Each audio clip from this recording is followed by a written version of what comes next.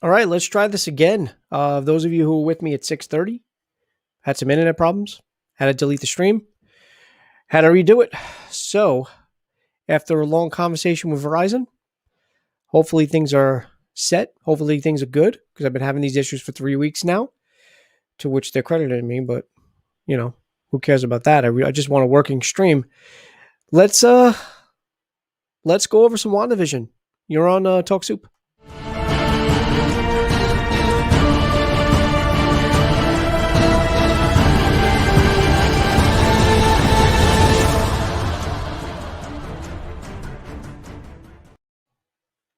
All right, so we're live. It's another episode of Talk Soup. I am clearly by myself.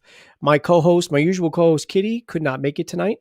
We normally go on Sunday, but I had some family issues yesterday that I had to take care of. We were supposed to go on tonight. She was unavailable, but so we were going to do a two-for show, where we cover both 6 and 7 this weekend.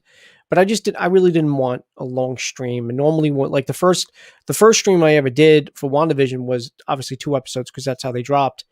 And although it was fine because I was by myself and it wasn't as long, but when I got a co-host and we have live comments and questions and stuff like that, it can just, which I don't mind. Look, I'll do an hour stream. I don't care if I'm getting live feedback, if I'm getting if I'm having a dialogue with you guys, I'll stay on all night. I don't care about that.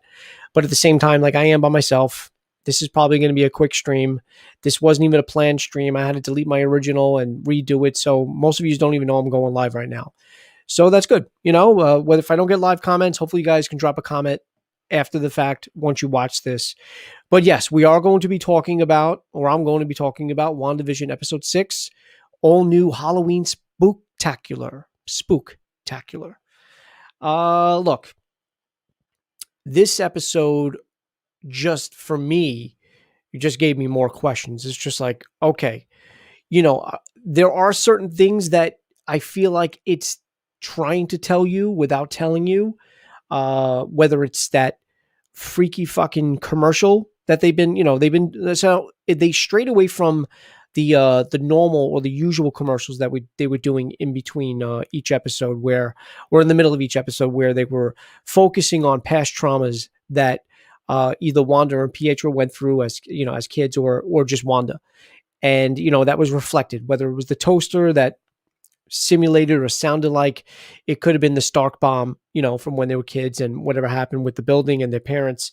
The Strucker watch, the Lagos paper towel brands that, clean up messes for things that you didn't mean to do, and, stuff like that. And then the other one was the Hydra soap. When you just want to get away or something like that. So those were all, innuendos or, basically foreshadowing or telling that story. But this commercial for Yo Magic was just, I feel like, a complete and utter, just basically trying to explain or tell you that, hey, I mean, at least that's how I took it, where they're basically saying somebody's feeding off her magic. That's how I took it. How did they put it? I know it's for when you want to survive. I know that. But we feast on it. We eat your magic or something like that. And then obviously the kid is trying to open it, and then he eventually dies, which was a scary scene. It really was not expected. It looked like, for me, the first thing I thought of when I saw that, because you got those wacky commercials back then. I remember when I was a kid, shark bites was a huge thing, and they would always try to sell kids stuff, whether it was toys or snacks. So that was the first thing I thought of, was shark bites or whatever. But they're basically saying that, like, some type of shark. Now, normally when somebody's labeled as a shark, they can't be trusted, or they're cunning, they're conniving. So if a shark is coming into that person's life and trying to sell them something and saying, look, we have snack on your magic, I'm just getting it from that. And I know they're trying to make it seem like Wanda's in full control, but I really feel like that is a big ploy. I completely, obviously, when she pushes the hex out and expands the radius to soak up Vision and whoever else is in the way, she's obviously in control of that. And then, of course, she even left the hex. So there's definitely somewhat of control, but she doesn't have a control over everything. She doesn't have a control over the kids. She didn't have a control over that stork. I don't think she has control over Agnes or Herb either. Now, Herb was already confirmed to have an ID on his dossier. The report was up on the whiteboard. You saw it clear as day. He's got an ID, so he's an actual person. As is the other characters, but they still don't have Agnes, to which I'm assuming they don't because we didn't see it yet. And Dottie is still not. Dottie wasn't even mentioned yet, so I still think there's something up with Dottie. Dottie wasn't even on the board at all at that point. But I feel like, all right, I know I'm going to be all over the place because I really don't want to do a chronological because I'm not going to do it scene or beat for beat. We'll get to certain, I think, high points of the show to where I'm like, okay, what's going on? When Vision is out on his, patrol or whatever he's doing to try to uncover the truth, when he goes beyond where Wanda tells the kids not to go, which is Ellis Avenue, he flies up. Now, he's obviously in an area with a whole bunch of people frozen. Now, I feel like it's because they're on the outer rims, because whoever's at control, which is led to believe is Wanda, because Wanda, where she is where all the energy is, and that's why everybody around her is moving and in control. Because of she's not able to reach, and she's even made that comment. She's like, "What do you think I'm doing? Controlling everybody in the town with dentist appointments and this and that?" Like she goes, "I can't possibly do that," which is true. You saw that everybody on the outskirts of the town isn't under control at all, but they're not even moving. And the other thing is too, now, if it was a radius kind of thing, right? Let's pretend it's a radius thing. Okay. So she wouldn't be able to control everybody at all times on the radius or out on the outskirts. That means they wouldn't be moving at all. Why? They're in Halloween gear. They're looks like they're trick-or-treating. So which leads me to believe, oh wait, you know what? I take that. All right, two things though. I'm going by the homeowners, the ones that are putting up the decorations, the ones that are in like that loop where she's putting up the ghost decoration, and she's constantly going like that, and then you see a tear running down her eye, and then the husband behind her is putting like a jack-o'-lantern kind of look like a paper mache or some type of decoration, and he's in a loop as well. So they're stuck in a loop. They live there now. Argument could be said that the kids or whoever's trick-or-treating, once they go to the outskirts, that's when they freeze. So anybody that's in a Halloween costume, I should say, if they're frozen, that makes sense because they traveled too far beyond the radius of her control. Okay. But that's not it. But what about the people that live there? They're are they always never under her control? Are they always frozen? Why the loop? But anyway, what I'm getting to in that moment, Vision's doing his thing, whatever. He's walking around. Then he decides to fly up, and he's looking around. And you can hear all the people, all the noise. Everything is coming from the town square where Wanda is, where everything is going on. But that's because that's the strength of the signal is around Wanda, I'm assuming. But when he looks and he sees the taillights, and it ends up being Agnes's car, and she's just sitting there. Now she is frozen. But unlike the others, she can talk, and she was speaking, and she was speaking fine. I mean, she was speaking in slowly or whatever, but she was still speaking. And he even says, wait, you got lost in your hometown? That doesn't make any sense. I really feel like she was there because she wanted him to be there. Like she wanted to draw his attention to maybe the outskirt of where Ellis Avenue is. So maybe he can even go beyond the border. I don't know. Something's up with that. But even when he awakens her, I feel like she's full of shit. I really don't. She never seems to be under Wanda's control, and she's aware of the situation. She's aware of the situation. When the whole scene, in the 80s episode where, she's in the workout gear or whatever, and she wants to watch the kids, and it didn't go her way or didn't go the way that she thought it was going to, with Vision not wanting to or being reluctant on her touching the kids. That's when she looks at Wanda. She's like, wait, do you want to take this from the top? Do you want to change it? And even Herb. Now, Herb, we've already established is a real person, but he even seems to be aware. He was aware when he was trying to tell Vision about, he was about to let on what was going on. And then Agnes was like, no, don't. So he seems to be aware. I don't think Dottie is. Dottie seems to be under control, but there's still something up with Dottie. And the fact that she hasn't been on the episode or even mentioned on the whiteboard yet seems to be a little suspicious. But I really feel that scene with Agnes in the car when she's in the witch's, which that doesn't mean she's Agatha Harkness as a witch, but I thought that was a clever costume. You know, you can't get any more subtle than that or obvious than that. But I really feel like she really either wanted Vision to see her there and maybe explore some more, maybe even find out what's going on, which I really don't know what. Maybe she's trying to take Vision out of the equation. That could be it. That could be the only thing that could be stand to gain, because maybe she sees Vision as a threat, especially if he's starting to figure stuff out. Because if he's starting to figure stuff out, that means he might be able to snap Wanda out of it, and that's something that if Agnes does have some control or all, she's not going to want that, or whoever's pulling the strings is not going to want that, and so I think that's what it was. And it was just a weird interaction, even when he awoke her, you know, and she's like, oh my God, you're an Avenger. Are you here to save us? Am I dead? Because you are. And then she's just like, you're dead. You're dead. And she just kept saying it. And then she started crazily laughing. And it just seems like, I don't know, if she was really scared, she would have been like, oh my God, help us, help me. Oh my God. Or she would have even said her name. She still replied to Agnes. So I really feel like there's something up there. I don't really feel like because she doesn't seem to be under any control. Pietro is not under any control. And I really feel like they confirmed already, he is definitely not the Fox's version of Quicksilver. He's got the memories, or so to say, somewhat, because obviously he said, you know, I just got shot in the street like a chump for doing nothing. That's Quicksilver, the MCU's memories. The Quicksilver of Fox did not get shot up in the street, so he wouldn't have had those memories if he was the Fox's version of Quicksilver. And there's definitely something up with him. You know, even in the opening credits, you know, the whole Malcolm in the Middle kind of intro that they had when it said, you know, Pietro as himself. I think that was a nod of saying, you know, he's himself, but is he really? You know, is that, because I really don't think that's Pietro. But I don't know. Look, I feel like even though there were some nods and some questions, answers to some things, because we saw at the very end, right before the credits rolled at the end, please stand by, which is sometimes comes really too quick. That's what she said. But, you know, because this was another short episode.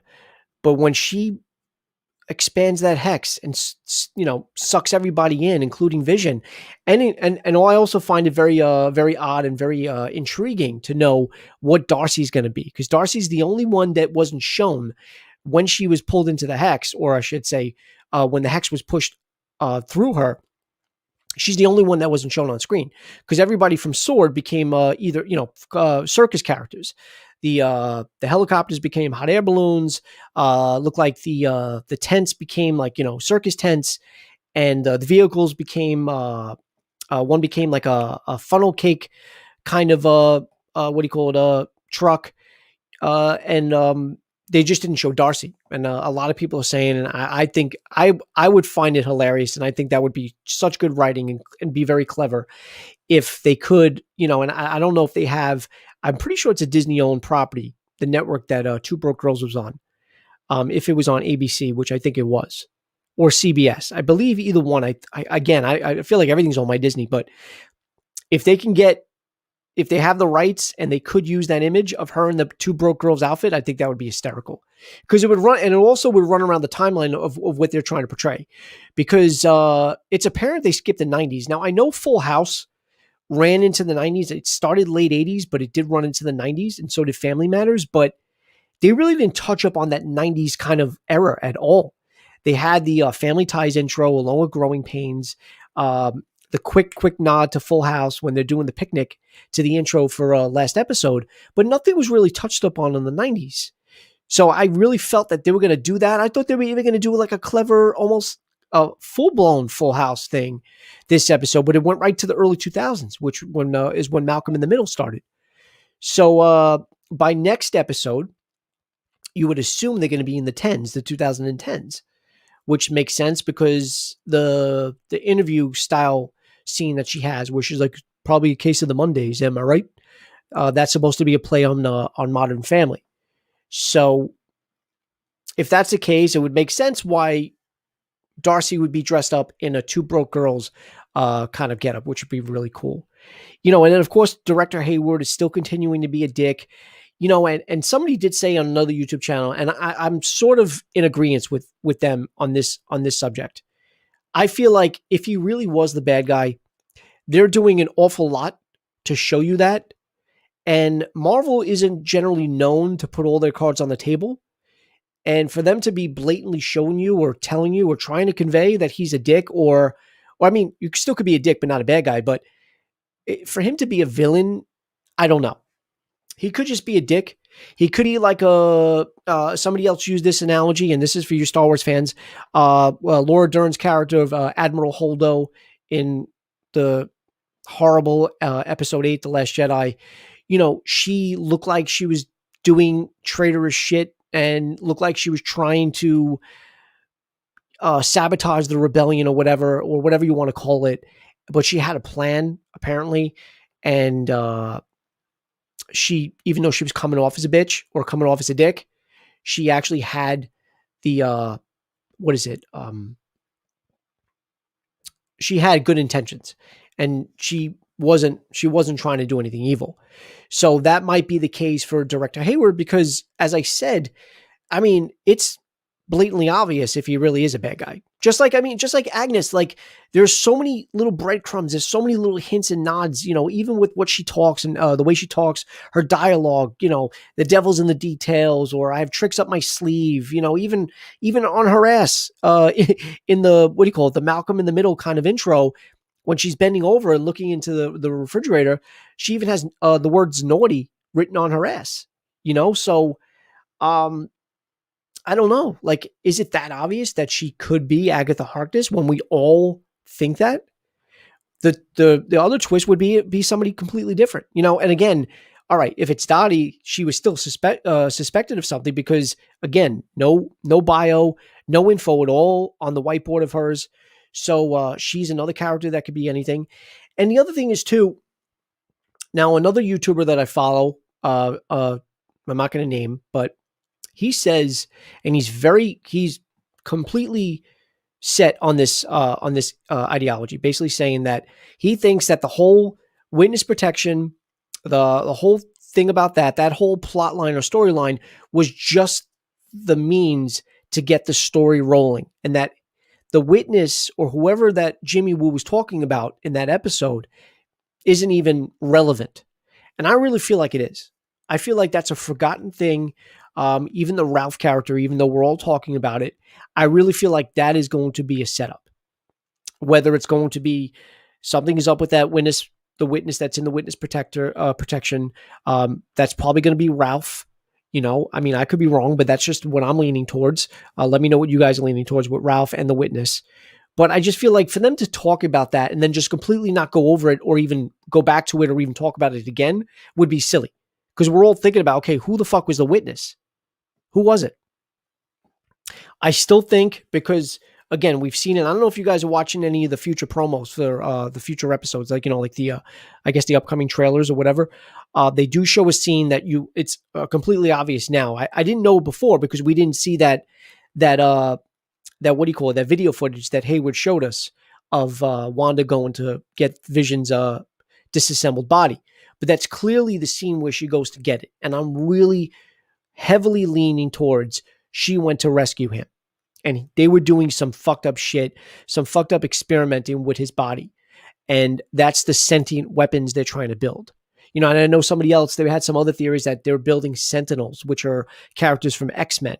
And I know a lot of people are trying to put WandaVision as maybe the origin story or the ways of which they can bring the X-Men and the mutants finally into the MCU, which isn't a bad theory, especially with what they said with Monica Rambeau's, because she went in and out of the Hex a couple of times, because she went through that force field, and because Wanda's warping and changing the makeup and the reality of her, and each thing's going in and out, her cells are changing.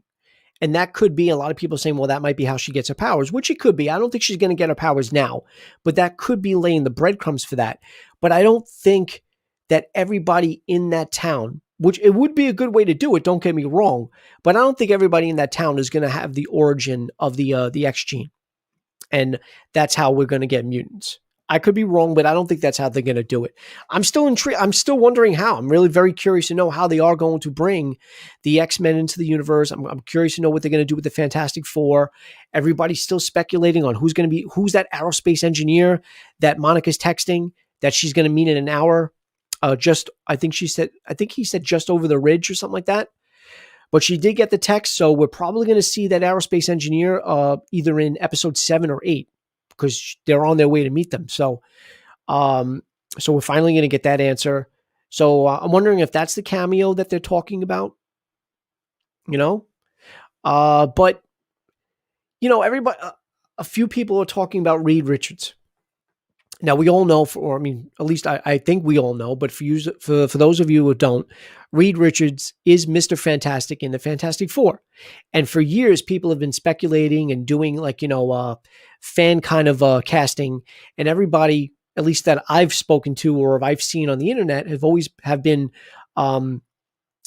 asking for John Krasinski and even Emily Blunt, because they're married in real life, to play Mr. and Mrs. Fantastic. And some people are saying that it's possible John Krasinski is going to be the cameo and be the aerospace engineer. And that's how they set up Reed Richards. Now, I wouldn't be against them using the name, at least saying the name Reed Richards, because I'm sure they haven't done any casting unless they did and we just don't know about it. But if they at least name all right, I think it would be cool. Remember when Jimmy was looking, or not Jimmy, when Darcy was sending an email to Jimmy, she was sending him the info that she was seeing on Hayward's laptop. And that's where she saw that operation, whatever, cataract, which is obviously about vision. So as she's typing Jimmy, you see other names come up, like James Gadd was one, and then another name. And those were all just nods to some of the, the people that are in the production units and stuff like that. But it would be cool, if you're doing some type of Easter egg with that, you're going through a list of names or whatever, and you see the name Reed Richards either in a file or an email or something like that. At least plant the name like that. For them to just have a character that we don't know about yet, and for an actor like John Krasinski to be debuted in that nature like that, as a cameo, not everybody's going to know what that is. So I'm just starting to lean towards that the aerospace engineer is probably somebody we already know and already existing within the MCU. I just don't know who that could be. I don't think it's going to be Hank Pym. Because, as much as I love Michael Douglas, that really wouldn't be a huge cameo, like a Skywalker, Luke Skywalker level kind of cameo. Unless that's not the cameo, unless the aerospace engineer is just that, and we're going to get something else at the end. So who knows? But again, yeah, I definitely think there's something over Pietro. He's definitely not the Fox Quicksilver. I don't think he's Quicksilver at all. It's just weird that he has the speed. But again, if you notice too, now the one thing I loved about Fox's version of Quicksilver, besides the look, is the way they did his super speed. They didn't make it where he was running fast. They made it where everything around him slowed down. And I just love those two scenes. The one that was in X-Men Days of Future Past, and then the one in Apocalypse where he does his thing to the song Sweet Dreams by the Eurythmics. And he's rescuing all the kids and everybody in the Professor X mansion. So I thought that was cool. That's one of my favorite scenes actually with him. So what else? And just the dialogue, just the things that he tells Wanda. He's aware of this being almost like a sitcom fantasy. He calls it Shangri-La or Shangri-La. And he says, I was just wondering how you did it. Where were the kids? Did you have them sleeping? I guess ethically that would be the way to do it. Just have them sleeping this whole time. And then, they should be, this is so much more of an upgrade from doing nightmares and shooting pink wiggly woos, wherever he calls it, from your fingers. He says now you're controlling a whole town. You're giving people, you're having them keep somewhat of their personalities deep inside, and you're giving them better jobs. He's basically telling her everything that's going on. So there's definitely something up with that character. And as I said, I know Herb is definitely aware, because he even says when she asks him about Vision, he's like, Vision's not working with me. He's not on this detail. Is everything okay? Wanda, do you want me to change anything? Come on. He's definitely aware. I know he's aware. Agnes is aware. I mean, hell, she sees Vision doing magic in front of her or doing whatever in front of her. Wanda does magic in front of her. So it's already, and she's even in the opening credits, the Malcolm in the Middle like credits. She's in the house. She's part of the family, basically. So I'm just curious to know, look, rumors are, I don't know if it's 100% confirmed. I think it is. I'm going to look it up, but it's a good bet that the last 3 episodes, from what I'm told, are going to be an hour long. And I think these last 3 episodes, and this is what Paul Bettany said actually in the very beginning, in an earlier interview that he had. He said that the last 3 episodes of WandaVision are going to be like MCU level, like whether it's CGI and VFX, but it's going to be huge. He said it's actually more CGI. I don't know if he said in the finale, or in the 3 episodes combined, more than Endgame alone. That's how big. That's how big of a scale these last 3 episodes are going to be. So I'm really, really excited about these final 3 episodes. It sucks that we're almost done, but if the hour long episodes are true, that's good, because we have another 3 hours of WandaVision and another 3 episodes to talk about. So guys, stay tuned for that. Hopefully you visit us this upcoming weekend as I do my reaction to WandaVision episode 7. And let's wait and see. Let's see. Did any of your theories from the earlier episodes, are they starting to pan out? Do you guys have any new theories? Are your ongoing theories still valid? Like, some have been, a lot of people have said that it was Wanda the whole time, which I really think they are starting to debunk. Some people didn't think it was Wanda at all. And we already know that it is somewhat Wanda, because she already I think the ending of this last episode proves that more than anything, when she increased the size and the parameter of the hex. So it's just that, and that one, I'm always going to go back to that argument that she had in the previous episode, before this one that just passed, when she's arguing with Vision. And she even stated, I don't know how this all started. And I really think that's the truth. I think, I got a sip.